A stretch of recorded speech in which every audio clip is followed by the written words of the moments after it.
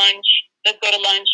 And he also found out that I was doing stuff because I stayed in a girl's house at this time, and he found out that I would do stuff like, give the younger girls my food because sometimes there wasn't enough food for everybody because some of the girls would be greedy and overfeed themselves and not make sure everybody had food. So it was times that I would starve myself and just make sure that the younger girls had food and stuff like that, in which their mothers thanked me years later for it, I guess, when their daughters told them that I did stuff like that.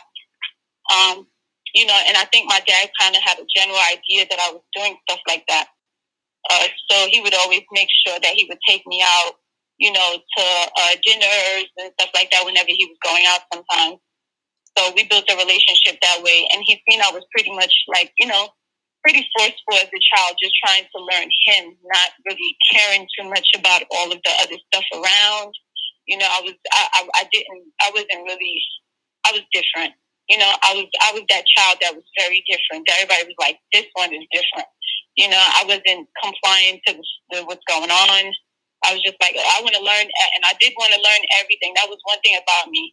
I was so willing to learn everything. I would be in the mail room and hang out with the girls in the mail room and, learn that stuff, learn the incense and learn, videography, learn. I basically learned the business just by being so inquisitive. I even learned how to sew, I did a lot while I was there. So, he noticed that, he noticed there was something different in me. So we started to talk about certain, and he would talk about how he didn't trust my other sister. My sister Hagar, one of my older sisters. And I would question him why, and he was just like, something about her is not right. And I feel like she's just getting money from me. Like she's just using me for money, saying that her daughter is sick when her daughter potentially may not be sick. He was paying thousands of dollars for the child to have some kind of treatment and stuff that we know of. She would say, yeah, she may not live past 8 years old. Next thing you know, she's like 10 years old. She may not live past 10 years old.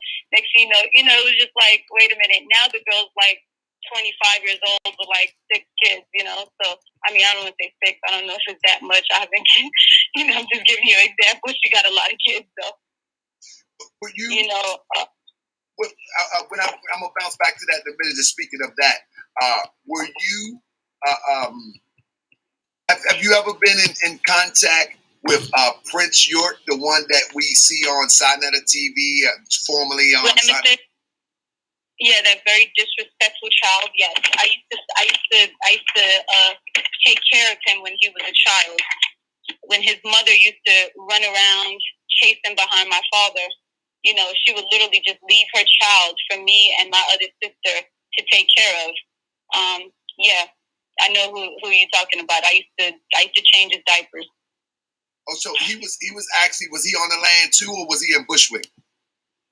He was on the land. He wasn't born in Bushwick. Okay. He's not old enough. He's only in his 20s now, probably like 23, maybe 24 at the most. Right. Wow. So y'all fell out also, you and Prince York? Well, the child has always been very disrespectful. The last time that me and him have had words or exchanged words, it was a family reunion, and I just gave birth to my daughter. This was about 7 years ago. I gave birth to my daughter, and I wasn't supposed to be out, but I wanted to go to my family reunion. I just insisted on going. And he just got really disrespectful. He was just all about designer and why don't you have Gucci on and why are you not wearing this? And I was just like, why would I want to wear stuff like that? He was basically disrespecting the fact that I was a very cultural person, and my other brother, Masi, they ended up having some words and fighting over the fact that, he was being so disrespectful to me. He has no respect for women, never did. and I understand the reason why, because, your mother was never there really, so, I get it, Wow. The more I look at these boys' situations, the more I understand. It's like their mothers were so busy chasing behind, their father, that they didn't give them lap time, or they didn't hug them enough. So now they grow up hating women, So I get it. Got you. So now back to your sister. What ultimately blew up, whereas though y'all parted ways in a bad way? Remember you said that she was jealous of you or something like that. What ultimately happened, and then as we move forward to Bushwick? Well, what happened was, it's interesting. My dad was pretty much at the point where he was teaching me everything, and he was explaining to me that I was going to be taking her spot, that I was going to be, the one that's going to be taking care of all of the finances, or he's teaching me financing and teaching me all of the back end of the business, which she was already teaching me. She was aware of the fact that he was teaching me, or going to teach me this stuff. One of my best friends that was on the land, his name was Khalid. He was actually one of my best friends, boyfriend, whatever. They used that as an excuse.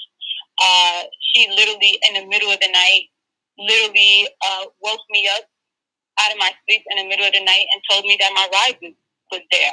And I was like, what do you mean? My mother gave me full custody to my dad during that time. So I was like, where am I going? I had no clue where I was supposed to be going or where I was going. This lady, Patricia Lewis, Sakina, she actually drove me and dropped me off to my mom's old house where my mom no longer stayed at. And I ended up in the foster care system. Oh my. And when was it? How old were you then? Were you 16 then? Yes, I was 16 then. Did anybody reach out to you? You know what I'm saying? Like, did anybody hold up? What happened to Uma? What happened to Uma? Where's Uma? No, I mean, during this time, it's not like, phones were famous and stuff like that. Right. It's not like cell phones like that. It was more like landline phones and stuff. I was basically displaced. My mom wasn't living there anymore. So she was gone, and I was basically dropped in front of a house and, had nowhere to go. Good thing I knew the people in the neighborhood. As a child, I knew some of the people in the neighborhood because my mom lived there for so many years. So I just went across the street to one of my friend's house, this lady, Mrs. Parker, who took care of me for a little bit. And then I ended up, I didn't know, first of all, I was raised in a communal environment. So because I was raised in a communal environment, I assumed that everybody that lived in her house